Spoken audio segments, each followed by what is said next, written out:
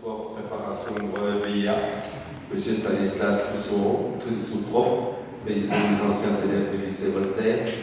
Je voudrais représenter aussi l'amiral Claude Fèvre, qui est ici, officier de la Légion d'honneur et président de la section du 11e arrondissement, ainsi que Madame Rose Bénin, qui est porte-drapeau.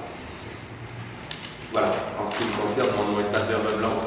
Je suis le premier steward engagé en France après la guerre, le 20 mai 1946, et j'ai volé à bord de 19 avions, du 13 à hélice et 6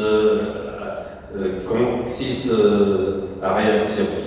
C'est-à-dire que si je vous donne des noms, vous n'allez pas savoir, à part peut-être ceux qui ont fait de l'aéroclub, mais du bloc 220 au Concorde, où j'ai la chance de pouvoir voler les 4 premières années à bord de ce merveilleux avion, l'oiseau blanc qui nous a donné tellement de satisfaction et malheureusement une triste fin. Bon. Pourquoi je suis ici? On va parler de la Poste, puisque c'est surtout de la Poste dont il s'agit. J'ai eu effectivement, comme l'a dit M. Lermont, la chance et l'honneur de voler avec M.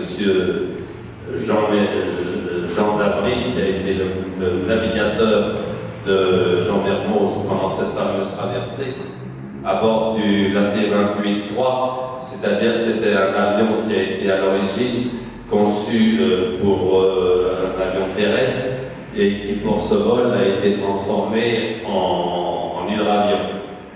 Bon, ils ont fait la traversée de Saint-Louis du Sénégal à Natal en 21h24, on dit toujours 21h10. Moi j'ai toute l'information ici, c'est effectivement 21h24, ce qui est déjà pas mal. Et ceux qui ont vu le film, ils ont vu dans quelles conditions ce vol a été réalisé. Volé à 30 mètres, 50 mètres, avec des embruns qui arrivaient dans la cabine, ça n'a pas dû être très agréable pour eux. Alors pourquoi, ayant volé avec M. Dabry, j'ai été basé à Recife en 1949 et j'ai eu l'occasion de connaître un jeune garçon avec lequel je suis resté en relation toute ma vie. Et lorsque j'ai pris ma retraite, j'ai dit à cet ami: je voudrais voir où avait atterri l'équipage Jean Mermoz, Jean Dabry et Léopold Gimier, qui était donc le radio de ce vol.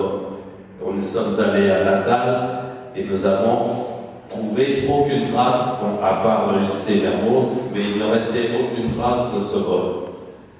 Donc on a cherché un peu partout et puis, à force, on a trouvé quand même une famille qui nous a ouvert ses portes. Et alors là, ça a été l'émerveillement.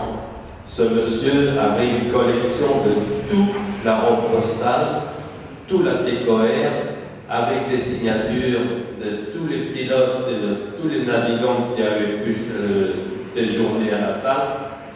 Et donc, moi je leur ai dit, écoutez, avec sa fille qui avait fait des études d'été en France, lui-même était ancien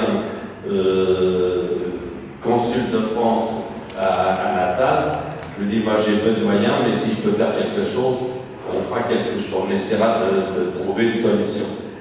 J'ai mis 4 ans pour pouvoir contacter toutes les personnes qui étaient susceptibles de pouvoir m'aider, et puis sans résultat. Donc je suis heureusement, lors d'un autre voyage, j'ai rencontré le représentant d'Air France à Rio, je lui ai expliqué mon cas.